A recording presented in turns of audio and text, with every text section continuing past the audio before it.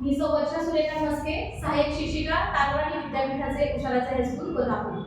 विद्यार्थी मित्रांनो, आज आपण इयत्ता 10वी विज्ञान आणि तंत्रज्ञान भाग 2 मधील सजीवांमधील जीवन प्रक्रिया भाग 2 मधील एकपेशीय सजीवांमधील अलैंगिक प्रजनन पद्धतीबद्दल अभ्यासणार आहोत. मुलांनो, आपल्या सर्वांनाच माहिती आहे की सजीवांमध्ये विविध जीवन प्रक्रिया ह्या अवलंबल्या जातात आणि त्यामध्येच प्रजनन ही एक जीवन प्रक्रिया महत्त्वपूर्ण आहे. तर प्रजनन म्हणजे काय? तर एका सजीवापासून त्याच प्रजातीचा नवीन सजीव निर्माण होण्याची प्रक्रिया म्हणजे प्रजनन होय. बघा, इथे आपण पाहतोय की मांजरी ही स्वतःसारख्याच पिलांना जन्म देते, तर गुलाबाला गुलाबासारखीच फुले लागतात. याचा अर्थ आहे की स्वतःचे सातत्य, स्वतःच्या पिढीचे सातत्य टिकवून ठेवणे हे प्रजननाचे काम आहे किंवा महत्त्व आहे. तर हे प्रजनन मुख्यतः दोन प्रकारे होताना दिसते.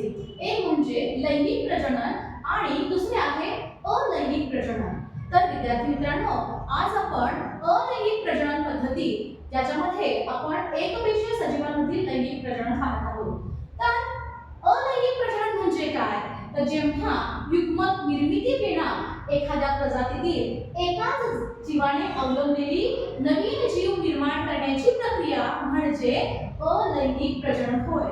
तर याच्यामध्ये मुलांनो, एक लक्षात घ्या की एकच जनक पेशी किंवा एकच जनकाद्वारे इथे प्रजनन घडून येते आणि इथे पुन्हा अलैंगिक प्रजननाचे दोन प्रकार आपल्याला पाहावयास मिळतात. ते म्हणजे एकपेशीय सजीवांमधील अलैंगिक प्रजनन आणि बहुपेशीय सजीवांमधील अलैंगिक प्रजनन. तर आता आपण एकपेशीय सजीवांमधील अलैंगिक प्रजनन हे कसे होते ते पाहूया. आपल्या सर्वांनाच माहिती आहे की एकपेशीय सजीवांमध्ये सर्व जीवन प्रक्रिया ह्या एका पेशीद्वारे पूर्णपणे पार पाडल्या जातात आणि त्याच्यामध्ये बहुतांशी जे विविध जीवाणू आहेत, विविध आदिजीव आहेत, यांचा समावेश या एकपेशीय सजीवांमध्ये होतो. या एकपेशीय सजीवांमध्ये द्विविभाजन, बहुविभाजन आणि कलिकायन या तीन पद्धतींचा वापर करून एक अलैंगिक प्रजनन हे पार पाडले जाते. तर आपण आता द्विविभाजन ही प्रक्रिया सविस्तर पाहूया. तर द्विविभाजन म्हणजे काय? तर एका सजीवापासून म्हणजे एकपेशीय सजीव स्वतःचे दोन पेशींमध्ये रूपांतर करतो आणि ही जी प्रक्रिया आहे तिला आपण द्विविभाजन असे म्हणतो. ज्याच्यामध्ये आपण इथे पाहत आहोत की आदिजीव ही प्रक्रिया अवलंबतात. यामध्ये अमिबा सारखा जो ज्याला रचना नसते, जो छद्मपादाच्या सहाय्याने स्वतःचा आकार बदलतो, ज्याला विशिष्ट अक्ष नसतो, हा एकपेशीय सजीव काय करतो? साधे द्विविभाजन करतो, ज्याच्यामध्ये सूत्री विभाजन किंवा अर्धसूत्री विभाजनाचा वापर या अलैंगिक प्रजनन पद्धतीमध्ये केला जातो. याच्यामध्ये आपण पाहत आहात की सूत्री विभाजनाद्वारे अमिबा काय करतो? स्वतःच्या पेशीचे दोन पेशींमध्ये रूपांतर करतो.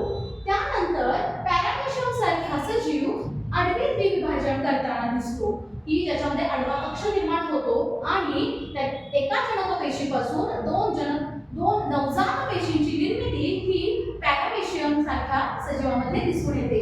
त्यानंतर युग्लिना सारख्या सजीवामध्ये उभे द्विविभाजन होते, उभा अक्ष निर्माण होतो आणि एका जनक युग्लिनापासून दोन बाल युग्लिना किंवा दोन नवजात युग्लिना हे तयार होताना आपल्याला पाहावयास मिळतात. त्यानंतर पुढचा जो प्रकार आहे तो आहे बहुविभाजन.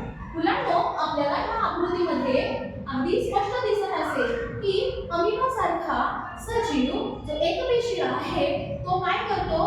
प्रतिकूल परिस्थितीमध्ये स्वतःच्या छद्मपादाभोवती एक कठीण कवचाचे आवरण तयार करतो आणि हे कठीण कवचाचे आवरण म्हणजेच काय आहे? तुटी आहे आणि इथे पुन्हा सूत्री विभाजनाद्वारे केंद्रकाचे अनेक केंद्रांमध्ये विभाजन केले जाते आणि नंतर इथे पेशी द्रव्याचे देखील विभाजन होते आणि छोटे छोटे बाल अमिबा हे या कुटीच्या आतमध्ये तयार झालेले आपल्याला दिसतात.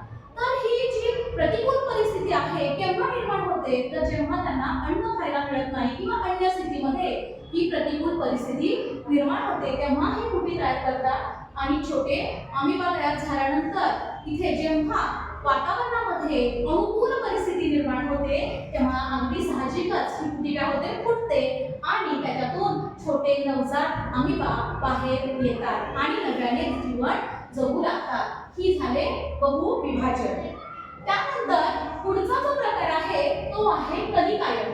तर कलिकायन हा प्रकार आपल्याला किण्वासारख्या सजीवामध्ये पाहायला मिळतो। जे किण्व म्हणजे ईस्ट जे आहे ते देखील आपल्याला इथे लक्षात आलं असेल की सूत्री विभाजनाद्वारे केंद्रक विभाजित होतो आणि फुगवटा तयार होतो। जनक पेशीच्या वरती एक फुगवटा निर्माण होतो आणि हा फुगवट्यामध्ये केंद्रक विभाजित होतो, पेशी केंद्र विभाजित होते आणि त्यानंतर नवीन नवजात पेशी तयार होऊन किण्वापासून देखील आपल्याला अशा प्रकारे नवीन सजीव निर्माण झालेले पाहायला मिळतात।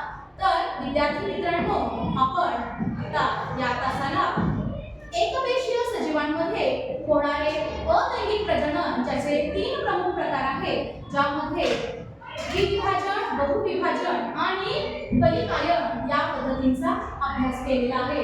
तर तुमच्यासाठी एक स्वाध्याय देते बघा।